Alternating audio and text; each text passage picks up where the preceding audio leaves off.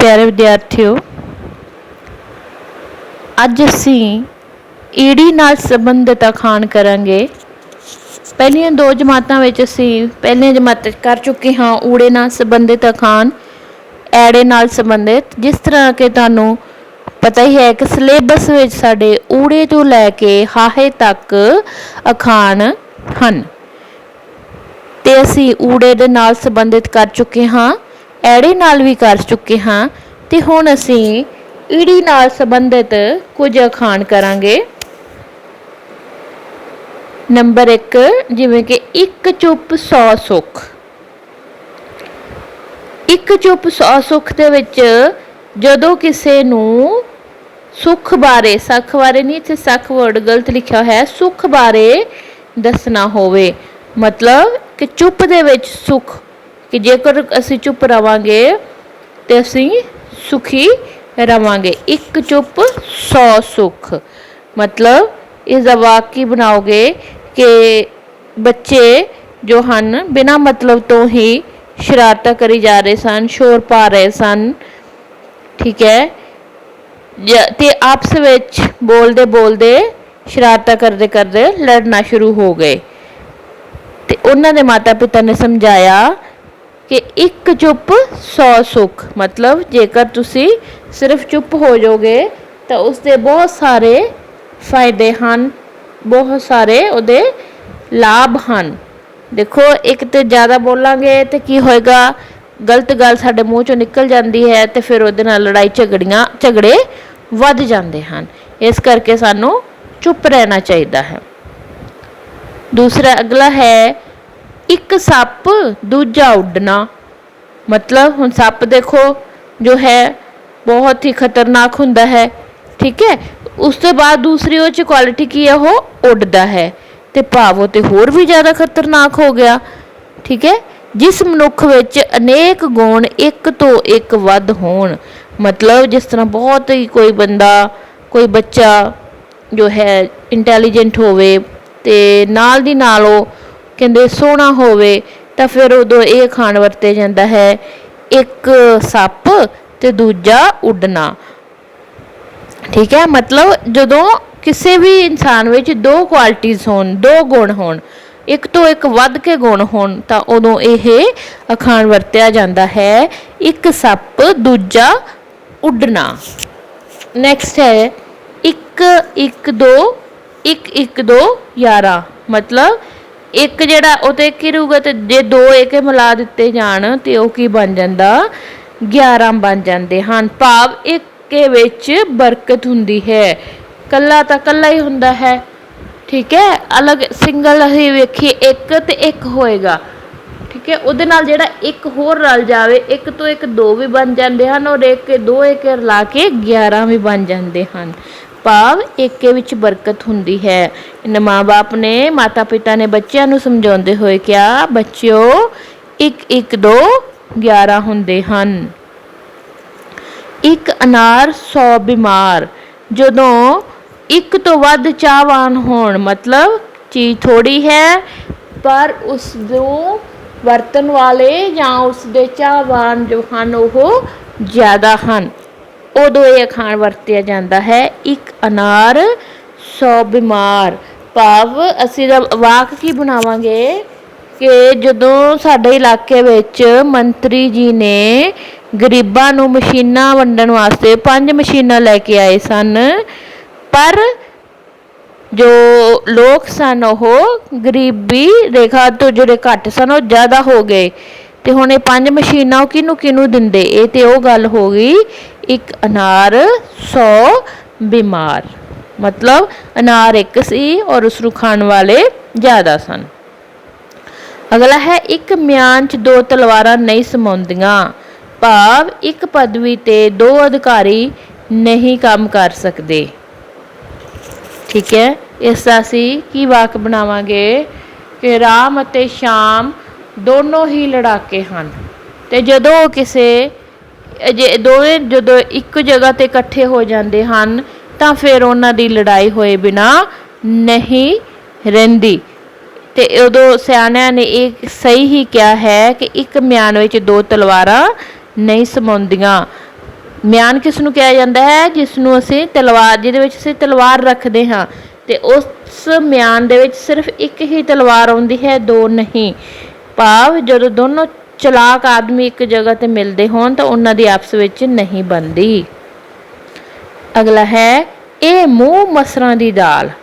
कहते किसी अयोग व्यक्ति नूं किसी उच्ची पदवी ते ला देना, मतलब कि जिस तो उम्मीद ना होवे ते उस नूं बहुत उच्ची पदवी मिल जाना। कहते शाम सारा साल ते पढ़िया नहीं ते हुण वो फस्ट आ गया। ये तो वो गल होई ये मूँह ते मसरां दी दाल, मतलब कि जिस तो कदी ये असी मतलब उम्मीद नहीं की सी कि ये बंदा भी ये काम कर सकता है, तो उदों ये अखाण वरत्या जाता है ये मूँह ते मसरां दी दाल। अगला है एक पंथ दो काज, मतलब कि इक्को काम दे विच असी ज़्यादा फायदे लै लेना, उस समय ये अखाण वरत्या जाता है एक पंथ दो काज, मतलब किसी काम करन तो बाद दोहरा फायदा हो जाए। कहते जदों मैं बाजार ते जाना ही सी ते नाल दी नाल अपने गुआंढियां दा भी काम कर आऊँगा, ते इत्थों एक का ये तो उही गल होई एक पंथ दो काज, मतलब जाना तो उत्थे ही है ते नाल उन्हां दा काम भी हो जाएगा और अपना भी हो जाएगा, एक पासे दो फायदे हो जाएंगे। तो वो गल हुई एक पंथ दो काज। ये सी ईडी दे नाल संबंधित कुछ अखान, ते उस तो बाद हन सस्से दे नाल संबंधित अखान।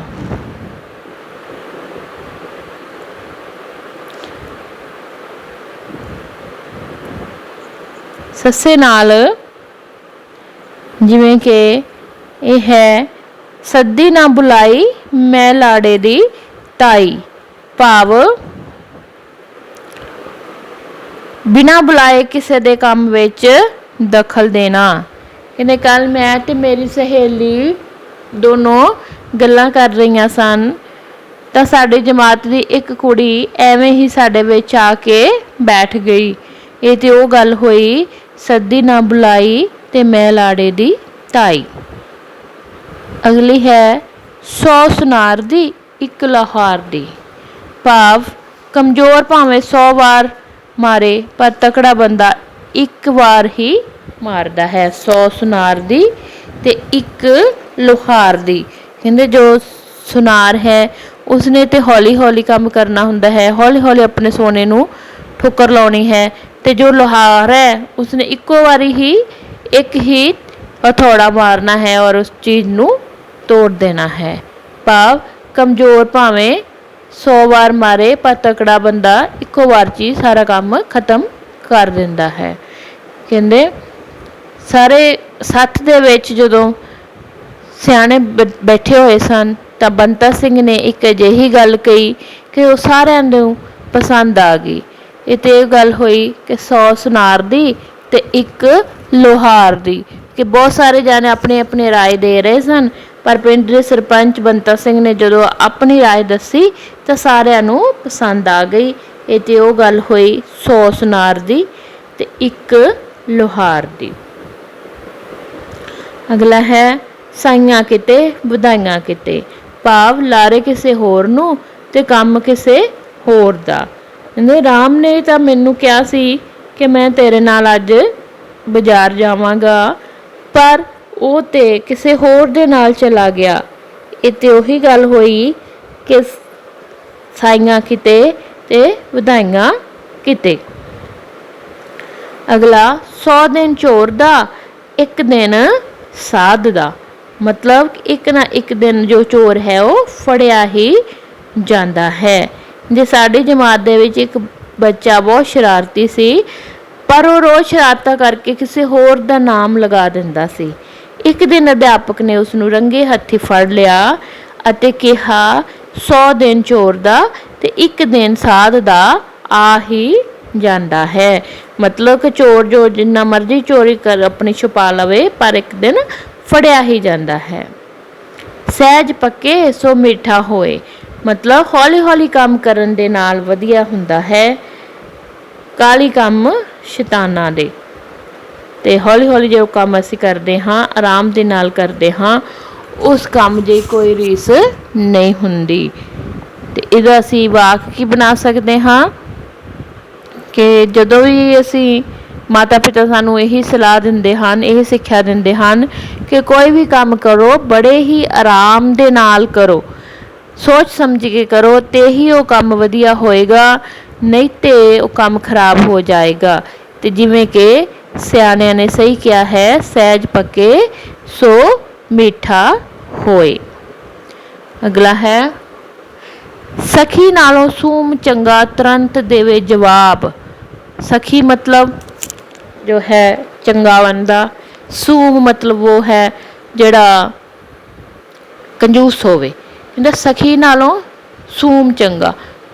ਸਖੀ ਮਤਲਬ ਸਾਡਾ ਜਿਹੜਾ ਦੋਸਤ ਹੈ, ਉਹਦੇ ਨਾਲੋਂ ਕਹਿੰਦਾ ਜਿਹੜਾ ਨਹੀਂ ਦੋਸਤ ਨਾ ਉਹ ਚੰਗਾ ਹੈ। ਕਿਉਂ? ਕਿਉਂਕਿ ਉਹ ਸਾਨੂੰ ਤੁਰੰਤ ਜਵਾਬ ਦੇ ਦਿੰਦਾ ਹੈ, ਨਹੀਂ ਕਰਨਾ ਕੰਮ ਤੇ ਸਾਫ਼ ਮਨਾ। ਅਜਿਹੇ ਬੰਦਿਆਂ ਤੋਂ ਬਚ ਕੇ ਰਹਿਣਾ ਚਾਹੀਦਾ ਹੈ ਜੋ ਸਿਰਫ ਲਾਰੇ ਹੀ ਲਗਾਉਂਦੇ ਹਨ ਝੂਠੇ, ਪਰ ਕੋਈ ਕੰਮ ਨਹੀਂ ਕਰਦੇ।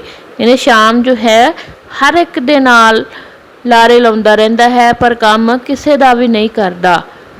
ਤੇ ਇਸ ਕਰਕੇ ਕਹਿੰਦੇ ਇਹ ਖਾਣ ਉਹਦੇ 'ਤੇ ਬਿਲਕੁਲ ਟੁਕਦੀ ਹੈ, ਕਿਉਂਕਿ ਸਾਫ਼ ਜਵਾਬ ਦੇ ਦਿਓ ਅਗਰ ਕੰਮ ਨਹੀਂ ਕਰਨਾ। ਸਖੀ ਨਾਲੋਂ ਸੂਮ ਚੰਗਾ ਤੁਰੰਤ ਦੇਵੇ ਜਵਾਬ।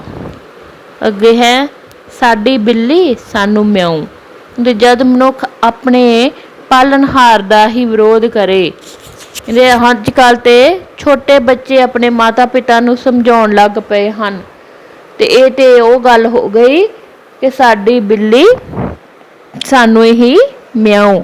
ਜਿਹੜੇ ਮਾਤਾ ਪਿਤਾ ਨੇ ਸਾਨੂੰ ਜਨਮ ਦਿੱਤਾ ਅੱਜ ਅਸੀਂ ਉਹਨਾਂ ਨੂੰ ਹੀ ਨਸੀਹਤਾਂ ਦੇ ਰਹੇ ਹਾਂ, ਉਹਨਾਂ ਨੂੰ ਹੀ ਸਿਖਾ ਰਹੇ ਹਾਂ, ਤੇ ਇਹ ਤੇ ਉਹ ਗੱਲ ਹੋਈ ਸਾਡੀ ਬਿੱਲੀ ਸਾਨੂੰ ਮਿਆਉ। ਅੱਗੇ ਹੈ, ਸਰਫਾ ਕਰਕੇ ਸੁੱਤੀ ਤੇ ਆਟਾ ਖਾ ਗਈ ਕੁੱਤੀ। ਭਾਵ ਬੱਚਤ ਕਰਨ ਦਾ ਉਪਾਅ ਕੀਤਾ ਪਰ ਉਲਟਾ ਨੁਕਸਾਨ ਹੀ ਹੋ ਗਿਆ। ਕਿਤੇ ਸ਼ਾਮ ਬਹੁਤ ਥੋੜ੍ਹੇ ਥੋੜ੍ਹੇ ਕਰਕੇ ਪੈਸੇ ਬਚਾਉਂਦਾ ਸੀ, ਪਰ ਇੱਕ ਦਿਨ ਉਸਦਾ ਬਿਨਾਂ ਮਤਲਬ ਤੋਂ ਬਹੁਤ ਸਾਰਾ ਖਰਚਾ ਹੋ ਗਿਆ। ਤੇ ਇਹ ਤੇ ਉਹ ਗੱਲ ਹੋਈ ਸਰਫਾ ਕਰਕੇ ਸੁੱਤੀ ਆਟਾ ਖਾ ਗਈ ਕੁੱਤੀ। ਸਰਫਾ ਕਰਕੇ ਮਤਲਬ ਕੰਜੂਸੀ ਕਰਨਾ।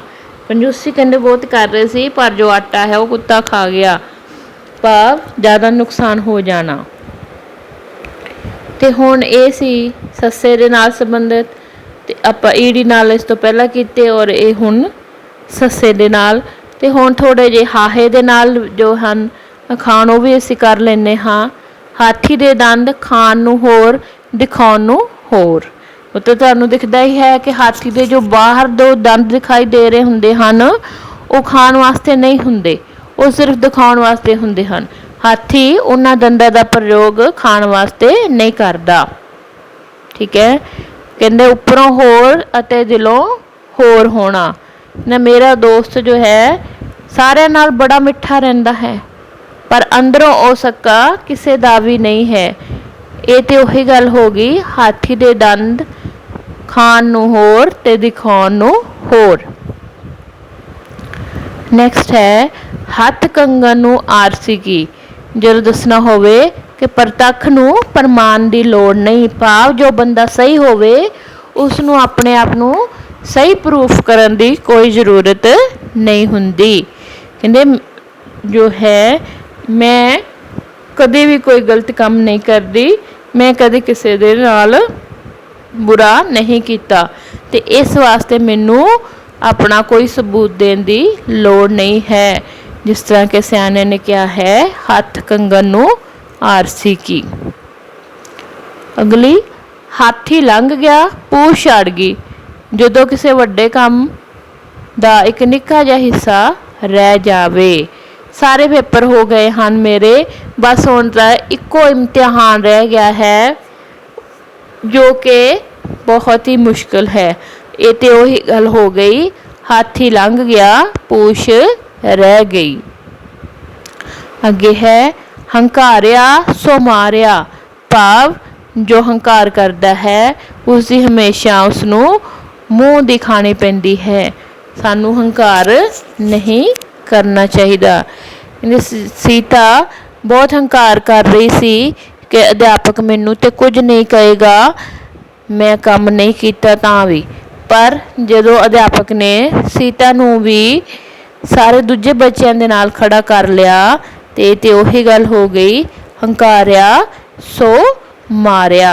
भाव सानू कोई हंकार नहीं करना चाहिए। वाक तुसी अपनी पसंद का कोई भी होर बना सकते हो, जरूरी नहीं है कि जो मैं दस रही हाँ तुसी उही वाक बनाने हैं, ये सिर्फ समझाउण वास्ते हैं। अगे है हक पराया नानका उस रुस उस सूअर उस गाए, मतलब किसी का हक मारना हराम है। शाम सारियां दी चीज़ां खा जांदा सी, जो भी उन्होंने बस्तियां दे विच पैसे सन वो सारे कढ़ लैंदा सी। अध्यापक ने उसनू समझाउंदियां होया क्या, हक पराया नानका उस रुस गाए, मतलब जेकर असी किसी चोरी करते हाँ जां जेकर असी किसी दी चीज़ नू बिना पुछे इस्तेमाल करते हाँ तो वो जो है हराम है, उसनू नहीं करना चाहिए, बहुत गलत हुंदा है। अगला है हाड़ सुके ना सावन हरे, हमेशा इक्को जिहा रहना, मतलब कि हाड़ दे विच सुकदा नहीं तो सौन दे विच हरिया भरिया ही रहिंदा है। सौन हाड़ दे विच भी नहीं सुकदा, नहीं तो हाड़ दे विच बहुत ज़्यादा गर्मी हुंदी है तो जो पेड़ पौधे हैं वो सुक जाते हैं, पर जिहदे ते कोई फर्क ना होवे उसनू कहा जाता, उस समय ये खान वरत्या जाता है हाड़ सुके ना सावन हरे।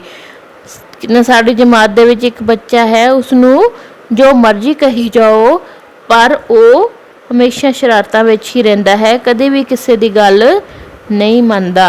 ये तो वो गल हो गई हाड़ सुके ना सावन हरे। अगला होनी हार मिटावे कौन। होनी हार मिटावे कौन, भाव के जो कुछ लिखिया हुंदा है वो होके ही रहिंदा है, उसनू कोई भी नहीं रोक सकता। ने माता पिता ने सानू सिक्ख्या दिंदे होए कहा कि होनी हार मिटावे कौन, ਜਾਂ ਤੁਸੀਂ इस तरह का वाक बना सकते हो कि शाम की घर जो चोरी हो गई तो बजुर्गों ने उसनू समझाउंदियां होया क्या, बहुत ज़्यादा रो रहा सी पर उसनू समझाउंदियां होया क्या, होनी हार मिटावे कौन, कि जो लिखा है वो हो के रहेगा, उसनू कोई नहीं रोक सकता। होछे जट कटोरा लब्भा पानी पी पी आफरिया, मतलब कि ਜਿਹੜੇ ਹੋਛੇ ਮਨੁੱਖ ਹਨ ਉਹ ਹੋਛੀਆਂ ਗੱਲਾਂ ਕਰਦੇ ਹਨ ਤੇ ਬਾਅਦ ਵਿੱਚ ਫਿਰ ਪਛਤਾਉਂਦੇ ਹਨ। मतलब कि जो चीज़ साडे कोल है असी उसकी इक्को वार खात्मा कर देना ते बाद विच जदों सानू उसकी जरूरत पैंदी है तो फिर असी जो है फिर सानू उसदे नाल नुकसान हुंदा है। ठीक है, मतलब कि जदों असी इक्को वारी किसी चीज़ का इस्तेमाल कर लैंदे हाँ तो फिर उसदे नाल सानू नुकसान हुंदा है। उन्होंने शाम ने नवा पैसा वेख्या सी, उसकी नौकरी लग गई। पहला उसके घर बहुत गरीबी सी, हुण नौकरी लगन के कारण उस कोल बहुत पैसा आ गया है तो वो पैसा एवें ही उजाड़ी जा रहा है। ये तो उही गल हुई होछे जट कटोरा लब्भा पानी पी पी आफरिया। तो इत्थों तक ही सी साडे सिलेबस विच हाहे तक। उम्मीद करते हैं तुहानूं ये समझ आ गई होएगी। तो इहदे नाल दी जो असाइनमेंट है इहदे नाल जे तुसीं वाक बनाने हन वो बना के भेजोगे, रजिस्टर दे विच इन्हां नूं नोट करोगे और इस दे जो हन वाक बनाओगे। धन्नवाद।